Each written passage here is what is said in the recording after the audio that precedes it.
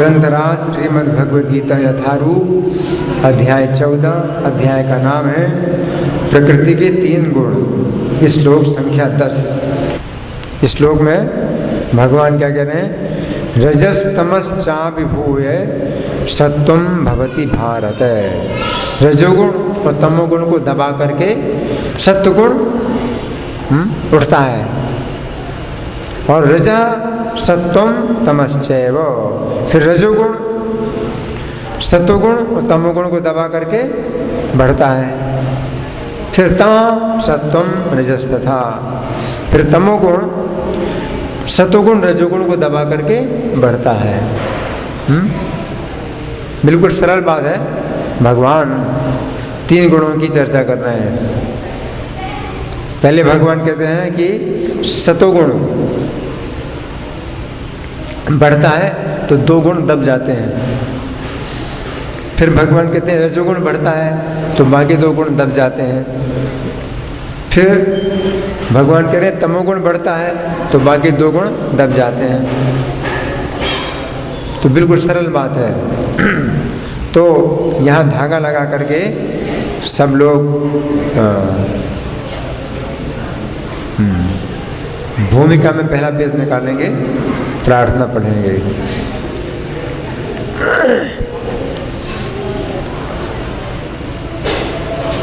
भूमिका में पहला पेज निकालिए सब लोग। धागा वहीं लगा रहने दो और भूमिका में पहला पेज निकालिए सब लोग।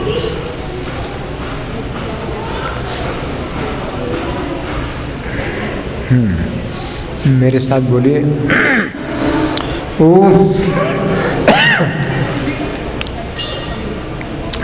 ओम अज्ञानतिमिरान्धस्य ज्ञानाञ्जनशलाकया चक्षुरुन्मीलितं येन तस्मै श्रीगुरवे नमः।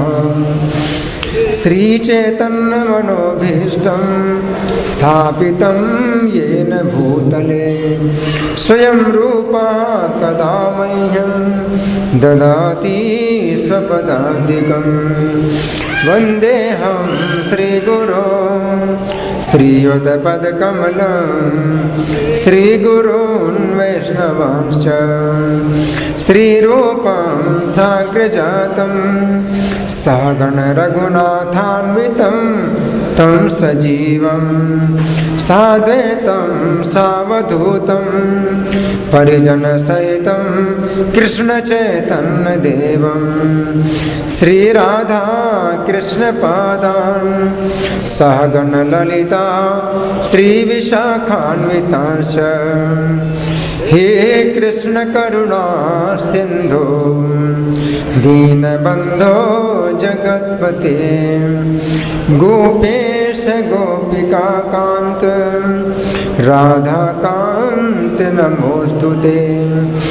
तप्त कांचन गौरांगी राधे वृंदावनेश्वरी वृषभानुसुते देवी प्रणमामि हरिप्रिये।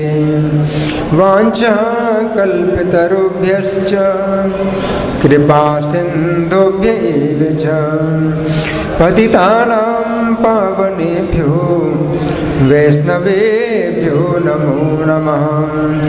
जय श्री कृष्ण चैतन्य प्रभु नित्यानंद श्री अद्वैत गदाधर श्रीवासादि गौर भक्त वृंद। हरे कृष्णा कृष्ण कृष्ण हरे हरे हरे राम राम राम हरे हरे। नमो विष्णुपादाय कृष्णप्रेष्ठाय भूतले श्रीमते भक्तिवेदांत स्वामिनिति नामिने। नमस्ते सरस्वती देवे गौरवाणी प्रचारिणे निर्विशेषा शून्यवादी पाश्चात्य देश तारिणे। ये श्लोक फिर से निकालिए। तो इस श्लोक को आप लोग समझ गए। भगवान ने आज के श्लोक में 3 बातें बताई हैं। 3 बातें बताई। पहली बात क्या? सतोगुण। हाँ, सतोगुण क्या करता है? रजोगुण तमोगुण को दबाता है और बढ़ता है। फिर दूसरी बात क्या बताई? रजोगुण सतोगुण तमोगुण को दबाता है और बढ़ जाता है। और तीसरी बात क्या बताई? तमोगुण सतोगुण और रजोगुण को दबाता है और बढ़ जाता है। तो भगवान ने 3 बातें बताई हैं। अब हम सुनेंगे तात्पर्य प्रभुपाद क्या लिखते हैं। श्रील प्रभुपाद की। जब रजोगुण प्रधान होता है तो सतो तथा तमोगुण परास्त रहते हैं। जब सतोगुण प्रधान होता है तो रजो तथा तमोगुण परास्त हो जाते हैं। जब तमोगुण प्रधान होता है तो रजो तथा सतोगुण परास्त हो जाते हैं। ये प्रतियोगिता निरंतर चलती रहती है। अतएव जो कृष्ण भावनामृत में वास्तव में उन्नति करने का इच्छुक है उसे इन तीनों गुणों को लांघना पड़ता है। ये तीनों गुण एक साथ मिले रहते हैं। भगवान ये बता रहे हैं कि तीनों गुण जो है, हाँ, तीनों गुणों से जीव बंधा है। अगर एक गुण हावी हो गया तो इसका ये मतलब नहीं कि बाकी 2 गुण नहीं है, हाँ? दबा दिया। ये उसी प्रकार से है जैसे 3 रस्सियों से आपको बांध दिया जाए, है ना। तो कभी एक रस्सी से आप खींचते हैं तो बाकी 2 रस्सियाँ बंधी हैं, लेकिन एक रस्सी आपको ज़्यादा खींच रही है, तो बंधे तो आप 3 रस्सियों से हैं। ऐसा नहीं है कि हाँ बाकी 2 रस्सियाँ नहीं रही। तीनों रस्सियों से जीव बंधा है। इसलिए कभी नहीं समझना कि अगर एक रस्सी से आप खींचे जा रहे हैं तो बाकी 2 रस्सियाँ नहीं हैं, तीनों रस्सियाँ हैं। तो कभी सतोगुण की रस्सी आपको खींचती है, हाँ? तो रजोगुण की रस्सी तमोगुण की रस्सी कमजोर पड़ जाती है, वो खींचती है। कभी रजोगुण की रस्सी खींचती है तो सतोगुण और तमोगुण की रस्सी कमजोर पड़ जाती है। और कभी तमोगुण की रस्सी खींचती है तो सतोगुण रजोगुण की रस्सी कमजोर हो जाती है। लेकिन तीनों रस्सियाँ हैं। और प्रभुपाद क्या लिखते हैं कि प्रतियोगिता चलती रहती है। इन तीनों में प्रतियोगिता चलती रहती है। जैसे रस्साकसी होती है। रस्साकसी में तो 2 ही रस्सियाँ होती हैं, है ना। रस्साकसी में तो 2 रस्सियाँ होती हैं, है? एक रस्सी इधर एक रस्सी उधर, है? तो व्यक्ति या तो इधर खींचेगा या उधर खींचेगा, 2 ही रस्सियाँ होती हैं। लेकिन यहाँ पर 3 रस्सियाँ हैं, 3 रस्सियाँ हैं।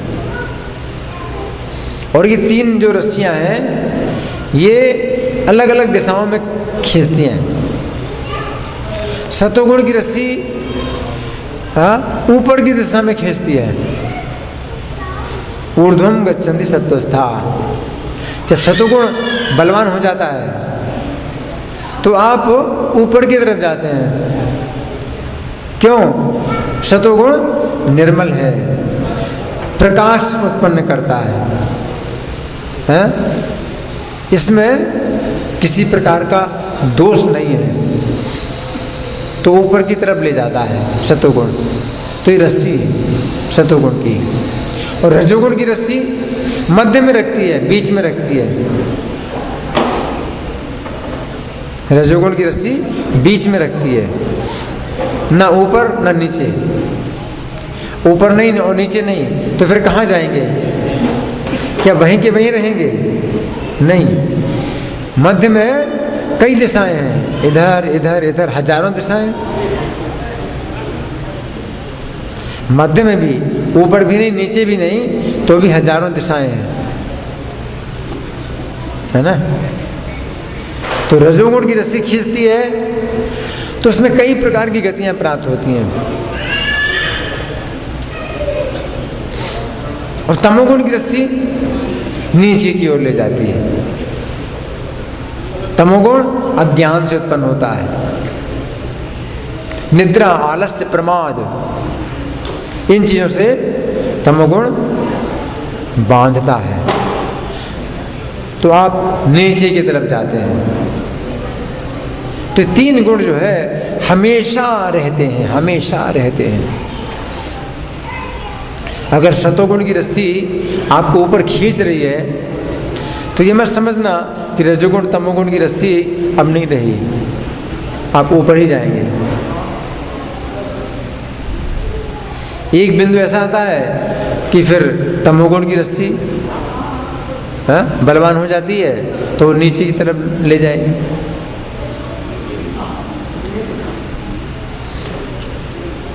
तो ये जो है संघर्ष, रस्साकसी ये चल रही है, और रस्साकसी चल रही है और केंद्र में आप हैं। तीन रस्सियां आपको खींच रही हैं अलग अलग दिशाओं में, हैं, और केंद्र में कौन है? आप ही हैं, आप ही हैं। आप कुछ नहीं कर सकते, खींचे जाते हैं। जो गुण बलवान होता है उसी में आप खिंच जाते हैं, है ना। तो यहाँ प्रभुपाद लिखते हैं ये प्रतियोगिता निरंतर चलती रहती है, अतएव जो कृष्ण भावनामृत में वास्तव में उन्नति करने का इच्छुक है उसे इन तीनों गुणों को लांघना पड़ता है। तीनों गुणों को लांघना है। अगर आप छूटेंगे तो तीनों गुणों से छूटेंगे, अगर आप छूटेंगे तो तीनों गुणों से छूटेंगे। फिर ये नहीं है कि एक गुण से छूट जाएं, दो गुण में आप बंधे रहें, एक गुण से छूट जाएं, या दो गुणों से छूट जाएं, एक गुण में बंधे रहें। ये नहीं हो सकता। छूटेंगे तीनों गुणों से छूटेंगे, है ना। और नहीं तो तीनों गुण से बंधे, तीनों गुण से बंधे, है ना। तो आगे प्रभुपाद लिखते हैं प्रकृति के किसी एक गुण की प्रधानता मनुष्य के आचरण में, उसके कार्यकलापों में, उसके खान पान आदि में प्रकट होती रहती है। एक गुण की प्रधानता उसके आचरण में प्रकट होती है। आचरण से पता चलता है कि कौन सा गुण है।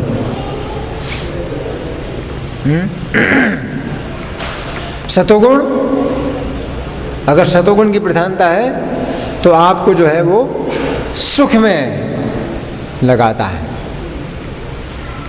सुख में लगाता है, हैं? कैसे सुख में लगाता है? सात्विक सुख में लगाता है। आप जो है आपकी दृष्टि इतनी दूर की हो जाती है कि तुरंत आप निर्णय नहीं लेते कि क्या अच्छा लग रहा है। सतोगुण जो है आपको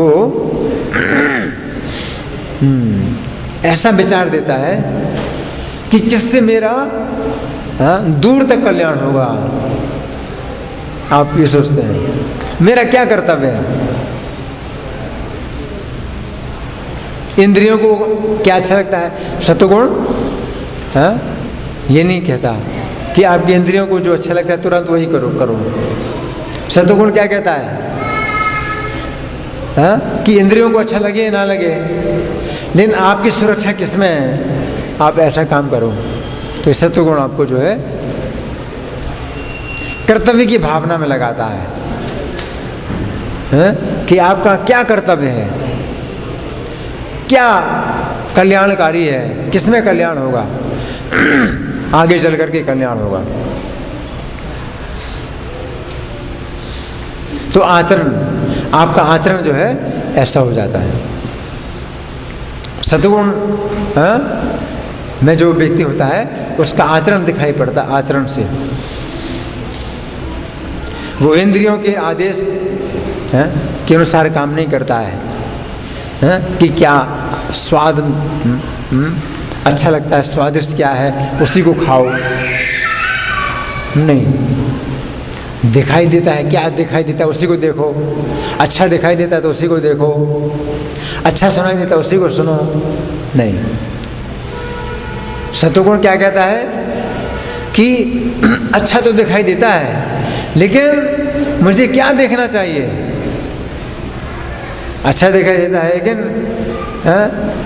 मेरे लिए क्या देखना कल्याणकारी है। तो सत्वगुण आपको जो है इस तरह से आपसे आचरण कराता है सत्वगुण। और रजोगुण जो अच्छा लगे वही करो, आपकी इंद्रियों को जो अच्छा लगे वही करो, रजोगुण। आगे जो है चाहे वो विष बन जाए, रजोगुण जो है आपको इंद्रिय तृप्ति में लगाता है। आगे वो परिणाम बड़ा भयानक है, लेकिन रजोगुण जो है कहता है कि नहीं, इंद्रियों की तृप्ति करो, काम एस क्रोध एस रजोगुण समद्भवा। रजोगुण से उत्पन्न काम क्रोध, तो ये जो है आपसे पाप कर्म भी कराते हैं। रजोगुण पाप कर्म कराता है। और जो तमोगुण है, तमोगुण आपको निद्रा, आलस्य और प्रमाद में लगाता है। ना तो आप सुख में लगते हैं, सतोगुण सुख में लगाता है आपको, और रजोगुण आपको इंद्रिय तृप्ति में लगाता है। रजोगुण ऐसे सुख में लगाता है जो शुरू में विष हो, परिणाम में अमृत हो। रजोगुण ऐसे सुख में लगाता है जो शुरू में अमृत हो लेकिन परिणाम में विष हो, इंद्रिय तृप्ति। लेकिन तमोगुण ना तो सतोगुण जैसा सुख में लगाता है, न रजोगुण के सुख में लगाता है। तमोगुण किस में लगाता है? जो शुरू में भी अज्ञान और बाद में भी अज्ञान, निद्रा, आलस्य, प्रमाद, पागलपन, तमोगुण जो है इसमें लगा। आचरण से पता चलता है किसका कैसा आचरण है। इससे पता चल सकता है कि कौन व्यक्ति सतोगुण में है, कौन व्यक्ति रजोगुण में है, कौन व्यक्ति तमोगुण में है। आचरण उसके कार्यकलापों में, खान पान में पता चलता है। खान पान में पता चलता है कि कौन व्यक्ति सतोगुणी है, कौन रजोगुणी है, कौन तमोगुणी है। सतोगुणी व्यक्ति जब खाता है तो वो क्या सोचता है, जो मैं खा रहा हूँ ये क्या होना चाहिए, आयु बढ़ाने वाला होना चाहिए। उसका सबसे पहले विचार होता है आयु वर्धक है, आयु बढ़ाएगा। वो जो खाता है आयु बढ़ाएगा। आयु, सत्व, बल, आरोग्य, दिमाग, दिमाग की शक्ति बढ़ाएगा, बल वर्धक हो, आरोग्य वर्धक हो, आयु वर्धक और दिमाग वर्धक और आयु बल वर्धक, आरोग्य वर्धक, सुख प्रीति विवर्धना, सुख वर्धक, प्रीति वर्धक, सुख बढ़ाए, प्रीति बढ़ाए। रसीला है, रस्या, स्निग्धा, चिकना है, स्थिर रहने वाला है शरीर में, हृदय को प्रिय है।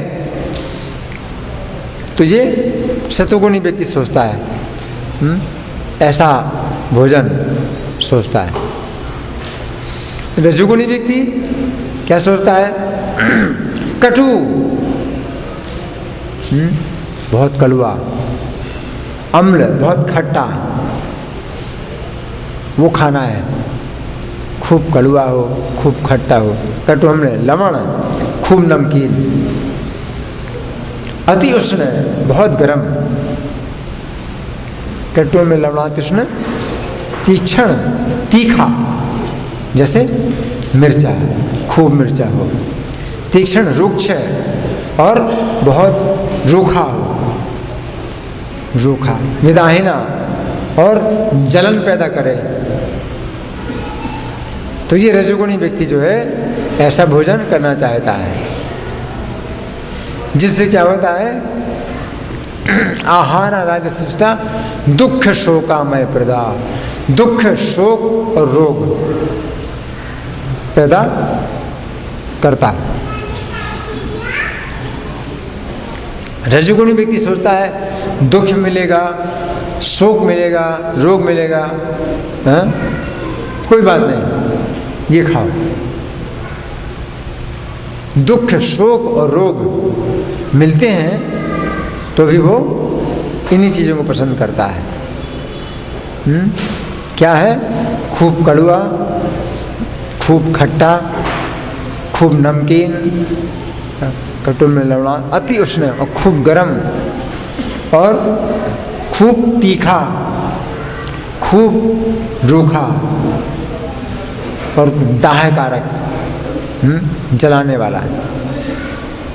तो ये चीज़ जो है रजोगुणी व्यक्ति विचार करता है कि भोजन में ये चीज़ें होना चाहिए। हाँ, बाकी आयु घटे, बल घटे, आरोग्य घटे, यानी रोग बढ़े, कोई बात नहीं, चलेगा, ये चाहिए। तो खान पान में पता चलता है किसको क्या अच्छा लगता है? लेकिन हाँ, कड़वा भी जो है सात्विक व्यक्ति ग्रहण करता है, कड़वा भी। लेकिन वो कड़वा जो है कैसा है? आयुवर्धक है, बलवर्धक है। तो वो इस विचार से कड़वा भी ग्रहण कर सकता है। दवाई के रूप में वो कड़वी चीज़ भी ले सकता है। तो वो विचार करता है आयु वर्धक, बलवर्धक, आरोग्यवर्धक, सुखवर्धक, प्रीतिवर्धक, और मस्तिष्क वर्धक, है ना। तमोगुणी व्यक्ति क्या सोचता है? कैसा खाना चाहिए? यातयामम, यातयामम बासी, यातयामम जो बासी है, यातयामम गतरसम उसका रस निकल गया, पूती दुर्गंध युक्त है, पर्युषितम, पर्युषितम का मतलब क्या है? खैर जो भी हो, पूती पर्युषितम चेत उच्छिष्टम, उच्छिष्ट जो जूठा है, फेंका गया है, आमिध्यम और अपवित्र है। तो वो जो है ऐसा भोजन उसको अच्छा लगता है। तो तमोगुणी व्यक्ति को ऐसा भोजन अच्छा लगता है। तो प्रभुपाद कहते हैं खान पान से पता चलता है कौन व्यक्ति किस गुण में है। आगे प्रभुपाद लिखते हैं इन सब की व्याख्या अगले अध्यायों में की जाएगी, अगले अध्याय में की जाएगी। खान पान किसका कैसा खान पान है? 17वें अध्याय में भगवान बताते हैं। 17वें अध्याय के श्लोक संख्या 8, 9, 10। 8वें श्लोक में सात्विक भोजन बताया गया है, 9वें श्लोक में रजोगुणी भोजन, और 10वें श्लोक में तमोगुणी भोजन का वर्णन हुआ है। हाँ। आगे प्रभु कहते हैं लेकिन यदि कोई चाहे तो अभ्यास द्वारा सतोगुण विकसित कर सकता है। अभ्यास करो तो सतोगुण विकसित हो सकता है। कैसा अभ्यास करो? सवेरे की साधना, सवेरे का जो कार्यक्रम प्रभुपाद ने दिया है, अगर इसका आप अभ्यास करें तो सतोगुण विकसित कर सकते हैं। प्रभुपाद ने बताया है सवेरे का जो कार्यक्रम होता है, मंगल आरती, जप, और प्रार्थनाएं और भागवतम क्लास, तो ये सब जो है सतोगुण में लाने के लिए बहुत सहायक है। आगे प्रभु लिखते हैं, और इस प्रकार रजो तथा तमोगुणों को परास्त कर सकता है। रजोगुण तमोगुण को परास्त कर सकता है। नष्ट प्रायेषु भद्रेषु नित्यम भागवत सेवया। अगर नित्य भागवत का सेवन करें, यानी भक्तों की सेवा करें और भक्तों के मुख से भागवत का संदेश सुन, नित्यम प्रतिदिन अगर आप भागवत सुनते हैं और भक्तों की सेवा करते हैं तो क्या होता है? नित्यम भागवत सेवया भगवती उत्तम श्लोके भक्तिर्भवति नैष्ठिकी। तो भगवान में नैष्ठिकी भक्ति पैदा हो जाती है। तथा रजस्तमो भावा काम लोभादयसे।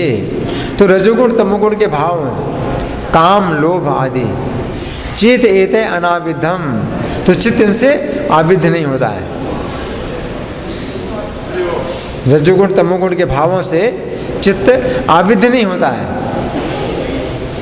स्थितम सत्वे प्रसिद्धति, और सतोगुण में स्थित होकर के प्रसन्न हो जाता है, चित्त प्रसन्न हो जाता है।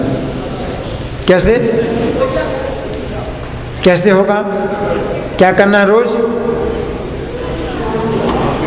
है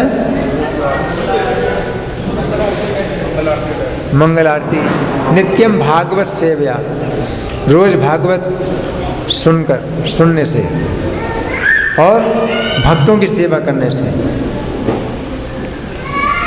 तो रजोगुण तमोगुण के भाव आते हैं लेकिन कमजोर हो जाते हैं।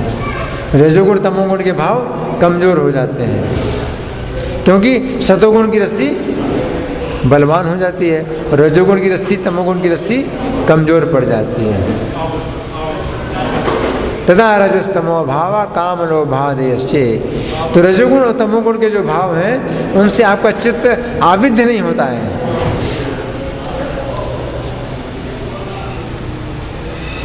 और सतोगुण में प्रसन्न हो जाता है। सतोगुण में चित्त क्या होता है? प्रसन्न हो जाता है। स्तम सत्वे प्रसिद्धति। हाँ, तो यहाँ प्रभुपाद लिखते हैं कि लेकिन यदि कोई चाहे तो वो अभ्यास द्वारा सतोगुण विकसित कर सकता है और इस प्रकार रजो तथा तमोगुणों को परास्त कर सकता है। आप चाहें तो कर सकते हैं, रजोगुण तमोगुण को परास्त कर सकते हैं। आप चाहते हैं? 3 गुणों में कौन चाहते? कौन सा गुण आपको चाहिए? सतोगुण। सतोगुण ऊपर की ओर ले जाएगा। तो अगर चाहें तो आप अभ्यास द्वारा सतोगुण विकसित कर सकते हैं। इस प्रकार रजो तथा तमोगुणों को परास्त कर सकते हैं। इस प्रकार से रजोगुण विकसित करके तमो तथा सतोगुणों को परास्त कर सकते हैं। रजोगुण का भी विकास कर सकते हैं आप अगर चाहें तो।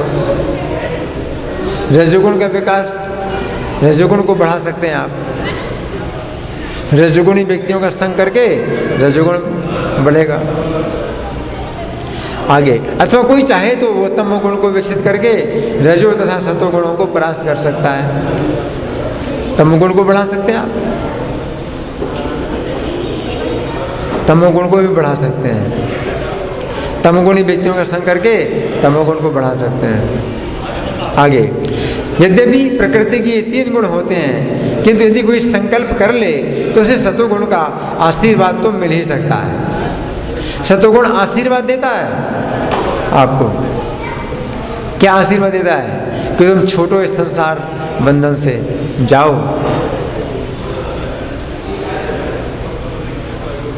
सतोगुण जो है आपको आशीर्वाद देता है। क्या आशीर्वाद देता है?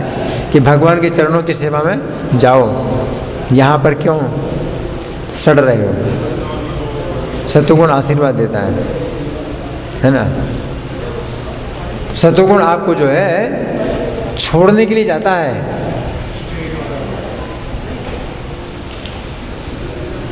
भगवान की तरफ इसको सतोगुण जो है आपको ले जाता है ना।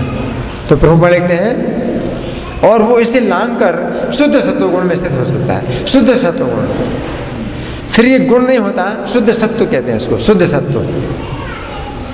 अब गुण नहीं रहा ये, गुण का मतलब रस्सी।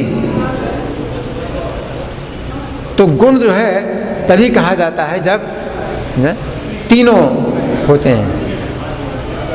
अगर रजोगुण तमोगुण बिल्कुल नहीं रहा तो ये सतोगुण है, इसे क्या बोलते हैं? शुद्ध सत्व, है ना? शुद्ध सत्व में स्थित हो सकता है, जिसे वासुदेव अवस्था कहा जाता है, जिसमें वो ईश्वर के विज्ञान को समझ सकता है। विशिष्ट कार्यों को देखकर ही समझा जा सकता है कि कौन व्यक्ति किस गुण में स्थित है। विशेष कार्य देख करके आप पता लगा सकते हैं कि कौन व्यक्ति किस गुण में है ना। यहाँ प्रभुपाद का तात्पर्य समाप्त हुआ। तो हमें ये समझना है,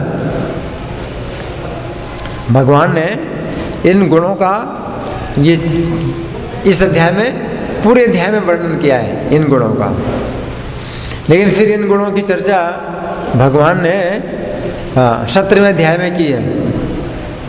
17वें अध्याय में भगवान ने 3 गुणों में भोजन बताया, 3 गुणों में तपस्या बताई, 3 गुणों में दान बताया, 3 गुणों में यज्ञ बतलाए।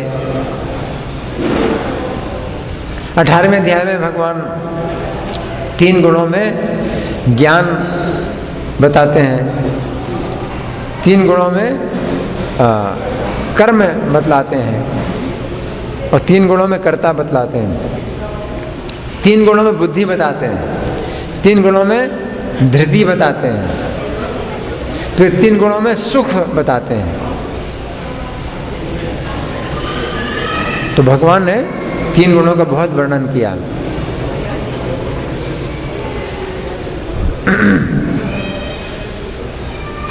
तो वास्तव में जो 3 गुण हैं उनमें से कोई भी गुण अगर बढ़ता है तो बढ़ता कैसे है?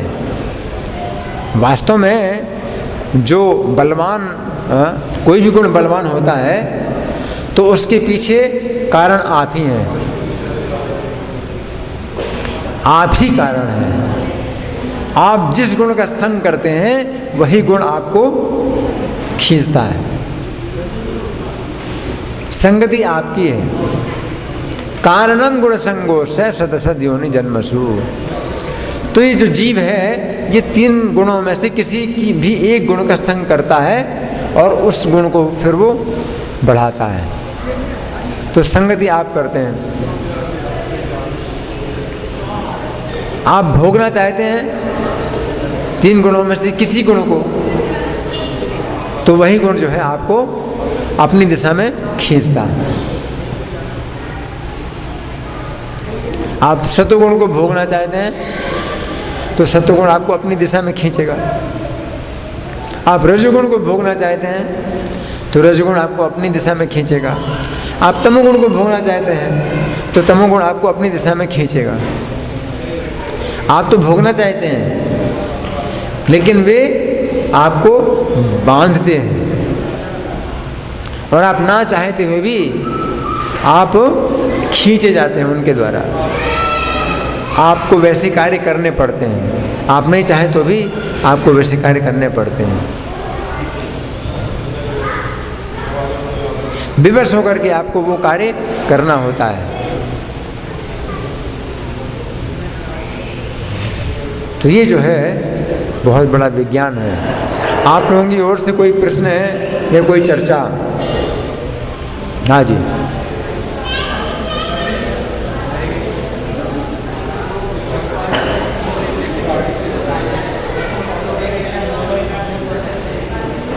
इनका प्रश्न है कि प्रभुपाद ने जो 4 नियम बताए हैं तो इनका पालन करने से सतोगुण में हम आते हैं। इनका पालन करने से आपको सहायता मिलती है हरे कृष्ण मंत्र का जप करने में। वास्तव में तो हरे कृष्ण मंत्र का जप करना ही असली लाभ है। जो 4 नियम हैं इनका पालन करने से कोई लाभ नहीं है, लेकिन इनका अगर पालन करते हैं तो आपको हरे कृष्ण मंत्र के जप में सहायता मिलती है। अगर आप फिर भी हरे कृष्ण मंत्र का जप नहीं करते हैं तो 4 नियम का पालन तो गाय बैल भी करते हैं, गधे भी करते हैं कि नहीं? 4 नियम का पालन है गाय बैल गधे करते हैं? बताओ कौन सा नियम तोड़ते हैं? जैसे गधा है तो धोबी के घर में रहता है ना, तो मांसाहार नहीं करता, व्यभिचार भी नहीं करता, आजीवन ब्रह्मचारी गधा कि नहीं? हाँ, मांसाहार नहीं, व्यभिचार नहीं, जुआ नहीं। वो जुआ कहाँ खेलता है गधा? कहीं जुआ नहीं। नशा भी नहीं करता। कौन सा नशा करता है? तो 4 नियम का पालन तो ये पशु पक्षी भी बहुत से करते हैं। व्यभिचार नहीं, मांसाहार नहीं, जुआ नहीं, नशा नहीं। लेकिन फायदा क्या है? हरे कृष्ण मंत्र का जप नहीं करते। तो 4 नियम का पालन करने से आपको हरे कृष्ण मंत्र का जप करने में सहायता मिलती है। अगर फिर भी हरे कृष्ण मंत्र का जप नहीं किया तो क्या फायदा? 4 नियम का पालन करने से क्या फायदा? हाँ, फिर भी गधे हैं, बैल हैं, 4 नियम का पालन करते हैं, अच्छे माने जाते हैं, लेकिन है तो पशु, अच्छे पशु हैं। आप फिर भी जो है गधे और बैल ही हैं, अच्छे पशु हैं, लेकिन है पशु, मनुष्य तो नहीं है।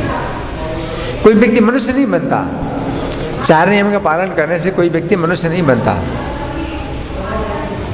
वो पशु के धरातल में रहता है, लेकिन हाँ कह सकते हैं कि हाँ अच्छा पशु है। मनुष्य के जीवन में अगर आप भक्तों का संग नहीं करते हैं, श्रीमद् भागवत नहीं सुनते हैं, हरे कृष्ण का कीर्तन नहीं करते हैं, तो मनुष्य जीवन तो शुरू नहीं हुआ, है ना?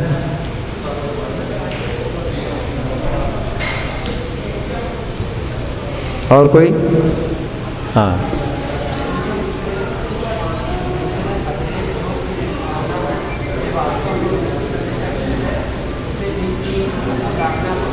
हाँ,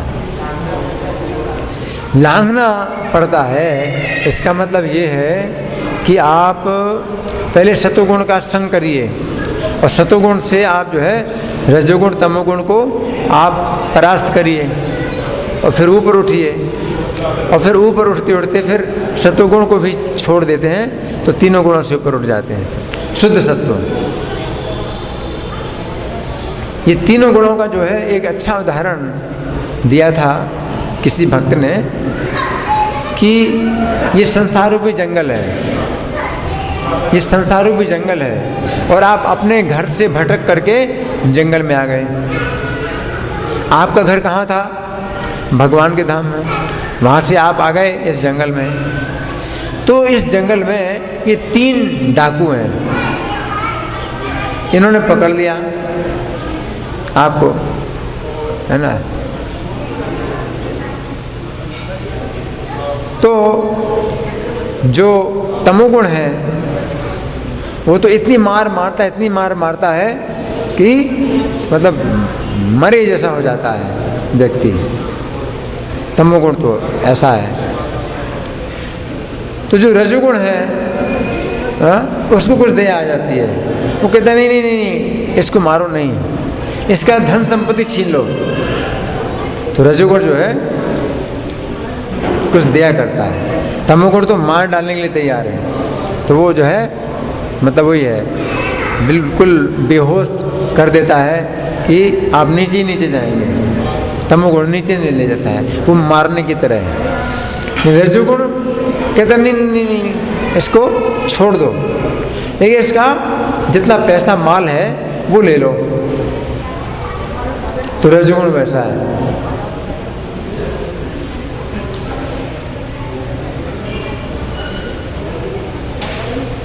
इंद्रिय तृप्ति के द्वारा आपका सब, आपकी पूरी शक्ति खींचता है, ले शोषण करता है रजोगुण।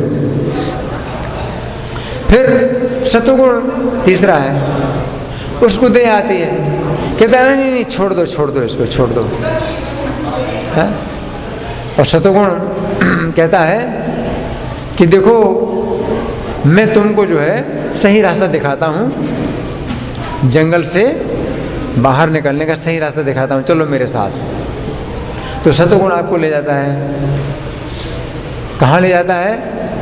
उस जंगल के इस सीमा में ले जाता है, कहता है देखो ये रास्ता है, यहाँ से चले जाओ। तो आप कहते हैं कि भाई आपने तो बहुत अच्छा किया, मुझे रास्ता दिखाया, आप भी चलो मेरे साथ भगवान के धाम में। तो सतोगुण कहता है नहीं, मैं नहीं जा सकता, क्योंकि मैं चोर हूँ, मैं चोर हूँ।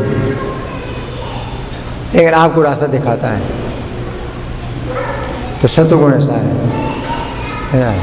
तो तमोगुण, रजोगुण, सतोगुण ये जो है तीन डाकू हैं, लेकिन इसमें से सबसे खतरनाक कौन है? तमोगुण है। मारता रहता है, मारता बेहोश कर देता है।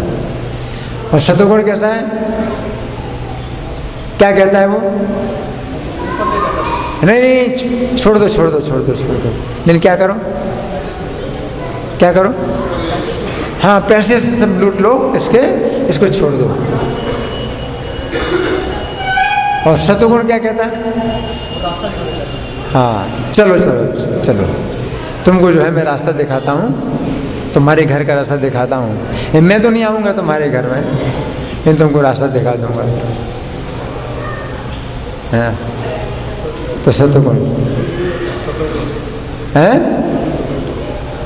क्या जी? सतोगुण। हाँ, तो वो सतोगुण जो रजोगुण तमोगुण के साथ रहता है वो नहीं जाएगा आपके साथ। चोरों की संगति करने वाला भी चोर है, तो सतोगुण रजोगुण तमोगुण के साथ रहता है तो वो भी चोर ही है, तो वो साथ में ही जाएगा। फिर वो शुद्ध सत्व बन जाता है।